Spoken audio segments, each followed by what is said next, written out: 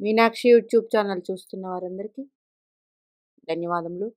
నమస్తే. చాలా వీడియోలు చేసి పెడుతూ ఉన్నాను. మరి నచ్చినట్లయితే లైక్ చేయండి, షేర్ చేయండి, సబ్స్క్రైబ్ చేయండి. దేవగురు బృహస్పతి 2024 మే 2వ తారీఖు రాశి మార్పు చెందుతున్నారు. మరి ఈ ఉగాది నుండి రాజయోగం పొందే రాసుల్లో అంటే ఉగాది ఏప్రిల్ 9, ఇంకా అక్కడి నుంచి వన్ మంత్ ముఖ్యమైన గ్రహాలు గురుగ్రహం, శని భగవానుడు, రాహుకేతువుల్ని గోచారంలో తీసుకుంటాం. ఎందుకు అంటే గురుడు సుమారుగా సంవత్సర కాలం ఒక రాశిలో ఉంటారు. అట్లాగే శని భగవానుడు 2.5 సంవత్సరాలు ఉంటారు. మరి అట్లాగే రాహుకేతువులు 18 నెలలు ఉంటారు ఒక్కొక్క రాశిలో. అందుకే వీరినే మనం తీసుకుంటాం గోచారంలో. ఎందుకంటే ఎక్కువ కాలం ఒక రాశిలో గ్రహ సంచారం చేసే గ్రహాలు ఈ 3 గ్రహాలే. అందుచేత కుంభరాశిలో శని భగవానుడు స్థితి స్వక్షేత్రగతుడై ఉన్నారు. అందుకే మకర లగ్నం వారికి, కుంభ లగ్నం వారికి, అలాగే మకర రాశి వారికి, కుంభరాశి వారికి ఇది అద్భుతమైన కాలం. అట్లాగే మకర రాశిలో వచ్చే నక్షత్రాలు శ్రవణం, ధనిష్ట, ఉత్తరాషాఢ. అంటే రవి, చంద్ర, కుజ నక్షత్రాల వారు. అట్లాగే కుంభరాశిలో ధనిష్ట, శతభిష, పూర్వభద్ర. అంటే కుజ, రాహు, గురు. అంటే శని భగవానుడు ఈ రాసుల్లో ఈ నక్షత్రాల్లో సంచారం చేసేటప్పుడు ఈ నక్షత్రాధిపతులకి అంటే ఈ నక్షత్రం గల వారికి, అలాగే ఇప్పుడు పూర్వభద్రలో శని భగవానుడు సంచారం అంటే గురు గ్రహం. మరి ఈ గురుగ్రహం దశ వారికి మంచి కాలం. అంటే ఆ దశ జరుగుతూ ఉండాలి.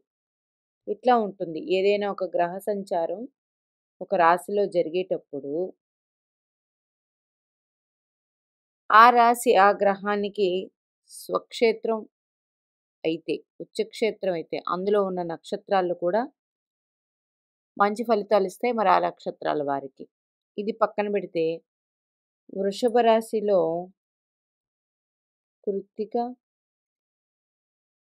రోహిణి, మృగశిర ఈ నక్షత్రాల్లో ఉంటాయి. ప్రజెంట్ గురుడు కృత్తిక మీదకి రాబోతున్నారు. కృత్తిక 3వ నక్షత్రం. కృత్తికాధిపతి రవి గురులు మిత్రుడు. అంటే కృత్తికా నక్షత్రం వారికి అంటే రవి మహాదశ జరుగుతున్న వారికి అద్భుతం ఈ కాలం. అలాగే సింహరాశి వారికి, లగ్నం వారికి ఇట్లా తీసుకోండి. మరి ఒక్కొక్క నక్షత్రానికి ఒక్కొక్క లక్షణాలు ఉన్నాయి. అది వేరే కాన్సెప్ట్. ఆ లక్షణాలు బట్టి కూడా ఆ గ్రహం అందిస్తూ ఉంటుంది. మరి కాలపురుష కుండల చక్రానికి ఇది మేషం 1 అయితే వృషభం 2 ధనస్థానం.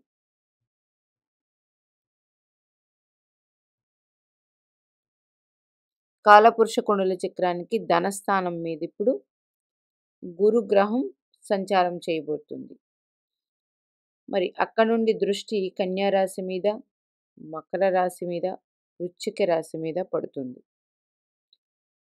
వృషభంలో సంచారం చేస్తూ ఈ 3 రాశుల మీద పడుతుంది.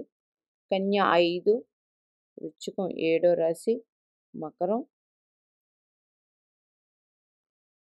9. వీరికి గురుగ్రహ దృష్టి వల్ల మంచి ఫలితాలు ఉంటాయి. ఈ కన్యా రాశి వారికి, అట్లాగే బుధ మహాదశ జరుగుతున్న వాళ్ళకి, వృశ్చిక రాశి వారికి, అలాగే కుజ మహాదశ జరుగుతున్న వాళ్ళకి, అలాగే వృశ్చికంలో ఏదైనా గ్రహాలు ఉంటే ఆ దశ, అట్లాగే కన్యలో మీ జన్మజాతకంలో ఏదైనా గ్రహాలు ఉంటే ఆ దశ, మకరంలో ఏదైనా గ్రహాలు ఉంటే ఆ దశ, గురుగ్రహ దృష్టి వల్ల మీకు జన్మజాతక చక్రంలో ఆ గ్రహం ఇబ్బంది పెట్టే గ్రహం అయినప్పటికీ ఈ గురుగ్రహ దృష్టి వల్ల మంచి ఫలితాలు ఆ గ్రహం నుంచి పొందుతారు దశ జరుగుతూ ఉంటాయి. మరి ఇప్పుడు ఈ ఉగాది నుండి మంచి రాజయోగం పొందే రాశులు గోచారు ఈ క్రోధినామ సంవత్సరం. చంద్ర రాశి నుంచి తీసుకోండి. లగ్నం అనేది చాలా వీడియోల్లో చెప్పి ఉన్నాను. మీది మేషలగ్నం అనుకోండి. లగ్నం నుంచి చూసినప్పుడు ఇది 2వ రాశిలోకి వస్తుంది, ధనరాశి మీద. అక్కడ ఏదైనా గ్రహాలు ఉంటే ఆ గ్రహం మీదకి ఇప్పుడు గురుగ్రహ సంచారం వస్తూ ఉందని, ఆ గ్రహం మీ జన్మజాతక చక్రానికి లగ్న పంచమ భాగ్యాధిపతులైతే మంచి అద్భుతం. ఇది ఇలా పక్కన పెడితే మేషరాశి వారికి 2వ స్థానంలో గురువు, 11లో శని భగవానుడు. 100% ఇది మంచి రాజయోగం, ఫస్ట్ క్లాస్. ఇంకా 2వ రాశికి వస్తే కర్కాటక రాశి వారికి, కర్కాటకం అంటే లాభస్థానం అయింది. కర్కాటక స్థానానికి లాభస్థానంలో గురు సంచారం, వెరీ గుడ్. కన్యా రాశి వారికి భాగ్యంలో గురు సంచారం, 6లో శని సంచారం. కర్కాటక రాశి వారికి 1, 2, 3, 4, 5, 6, 7, 8 అష్టమ శని సంచారం దోషం ఉంది. మరి కన్యా రాశి వారికి భాగ్యంలో గురువు, మరి కన్యా రాశి మీద దృష్టి కూడా పడుతుంది. భూతత్వంలో గురుడు ఉండి భూతత్వాన్ని చూస్తూ ఉన్నారు. ఇంకా మకర రాశి తర్వాత రాశి 4వ రాశి మకర రాశి. మకర రాశికి 5లో గురు సంచారం, 2లో శని భగవానుడు సంచారం, స్వక్షేత్రం.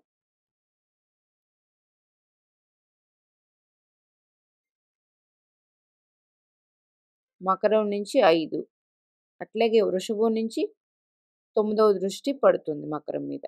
2 పక్కల నుండి రాజయోగం అందుకునే రాశి కన్యా రాశి, ఎట్లాగో మకర రాశి అలాగే. మరి తర్వాత రాశి వృశ్చిక రాశి, 7లో గురు సంచారం.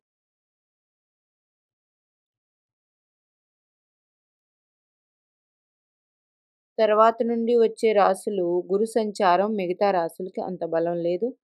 కుంభరాశి వారికి రాహుగ్రహం మంచి ఫలితాలు ఇస్తుంది. మరి కుంభలగ్నం వారికి జన్మం మీదే, అంటే జన్మ రాశి మీదే శని భగవానుడు సంచారం, మరి దేలినాటి శని. తర్వాత కుంభరాశి వారికి కుంభం, మీనం, మేషం, వృషభం. కుంభరాశి వారికి లేదు, కుంభవ రాశి వారికి శని భగవానుడు సంచారం కుంభం నుండి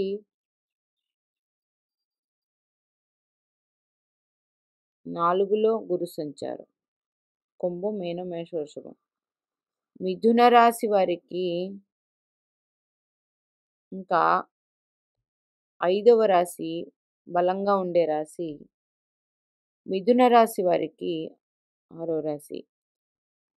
రాహు బలం మాత్రమే ఉంది, అంటే మిథునం, కర్కాటకం, సింహం, కన్య, తుల, వృశ్చికం, ధనుసు, మకరం, కుంభం, మీనం 10లో రాహు సంచారం. ఈ బలం మాత్రమే ఉండబోతుంది. ఇంకక్కడ మిగతా రాశులు 1, 2, 3, 4, 5, 6 రాశులు అయిపోయాయి.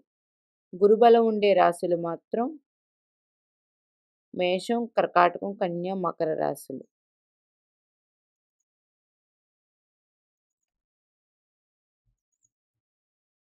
మిగతా రాశులకి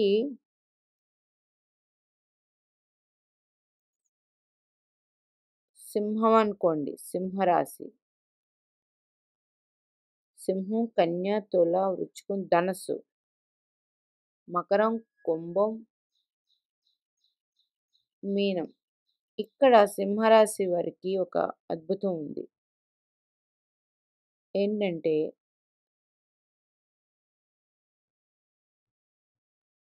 సింహరాశికి పక్కనున్న రాశి ధనస్థానం మీద కేతు సంచారం, సింహరాశికి ధనస్థానం మీద కేతు సంచారం, అక్కడ గురు వీక్షణ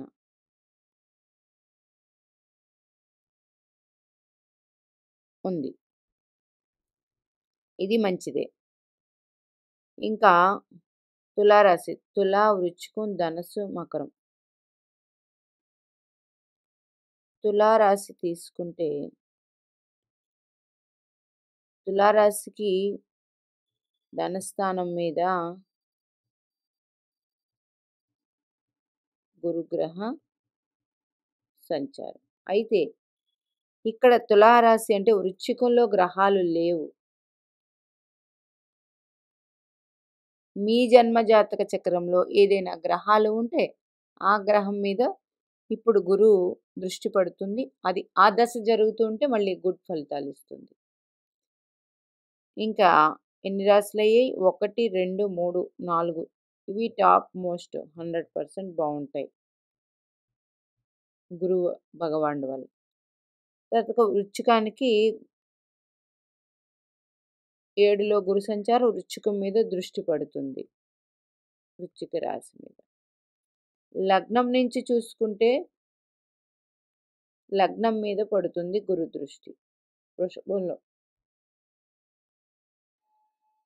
మిథున రాశి వారికి రాహుబలం మాత్రమే ఉంది. తర్వాత సింహరాశి వారికి సింహరాశికి ధనస్థానమైన గురుగ్రహ వీక్షణ, అక్కడ ముఖ్యమైన గ్రహం కేతుగ్రహ సంచారం ఉంది కాబట్టి ఇది మంచిది. తులారాశి వారికి 2వ స్థానం మీద గురు వీక్షణ ఉంది, కానీ గ్రహం లేదు. అయితే మీ జన్మజాతక చక్రంలో గ్రహాలు ఉన్నాయేమో చూసుకోండి. 4, 5, 6, 7, 8 రాశులు అయిపోయాయి. ఇంకా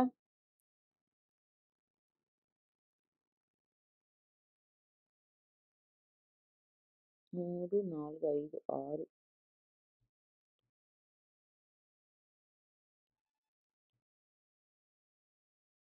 8 రాశులు అయిపోయాయి. ఇంకా ఏ రాశులు ఉన్నాయి? మకర రాశి వారికి కూడా మకర రాశి మీద దృష్టి పెడుతుంది. పక్కన ధనస్థానంలో శని భగవానుడు స్వక్షేత్రగతుడు. అయితే కుంభరాశికి కుంభం, మీనం ఏ గ్రహ సంచారం లేదు, అంత బాగోలేదు. 9వ రాశి. 10వ రాశి మీనరాశి, రాహువు. మీనరాశి మీద రాహు సంచారం బాగలేదు. మరి మేషం, వృషభం, మిథునం, కర్కాటకం, సింహం, కన్య, తుల, వృశ్చికం, ధనస్సు రాశి,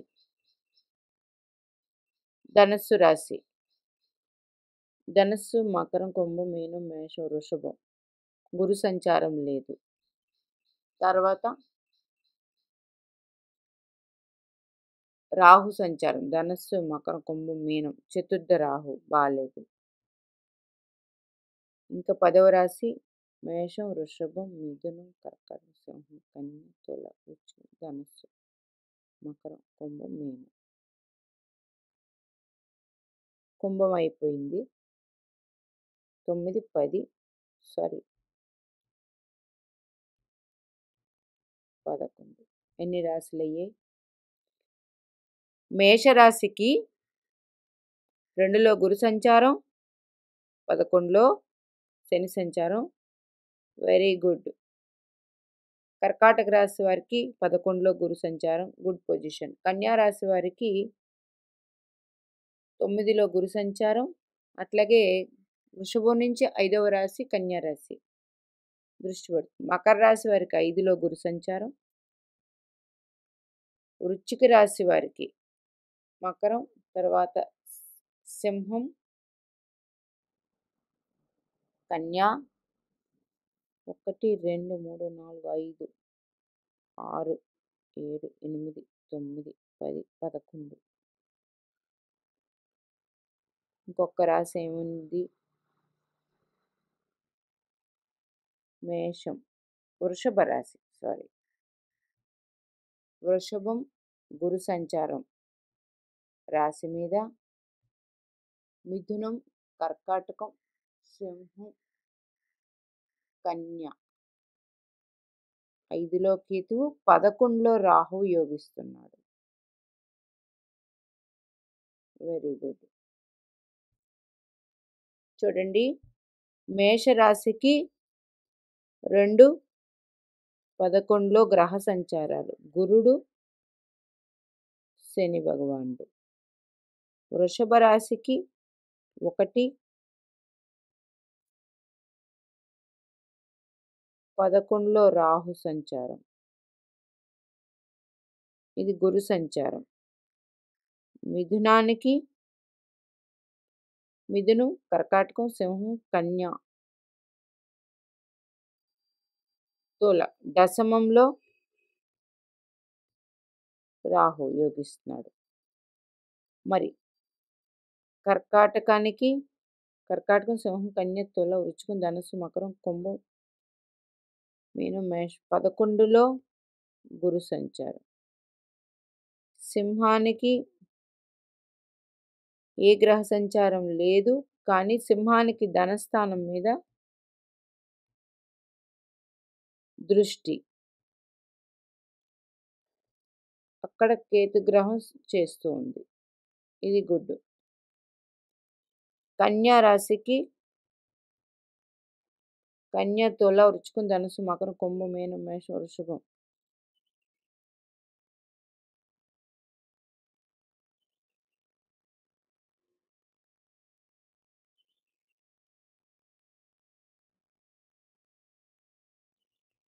తులకి లేదు. 11లో కేతు సంచారం.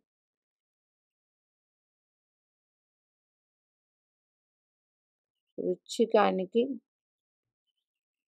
ధనుసు, మకరం, కుంభం, మీనం.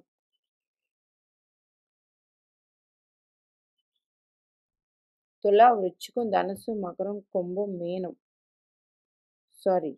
తులారాశికి లేదు. వృశ్చికానికి 11లో కేతు సంచారం. ధనస్సుకి ఏ గ్రహ సంచారం లేదు. మకరం 5లో గురు సంచారం, అట్లాగే గురు దృష్టి మకరం మీద.